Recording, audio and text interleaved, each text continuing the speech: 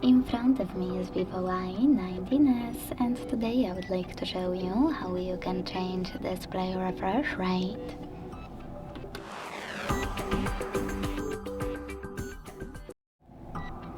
Begin by opening Devices Settings.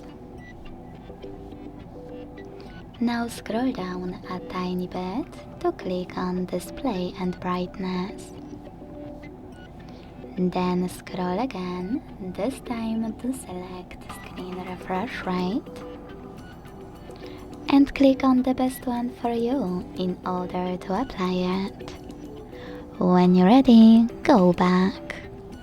As you can see, after that, screen refresh rate of my Vivo has changed.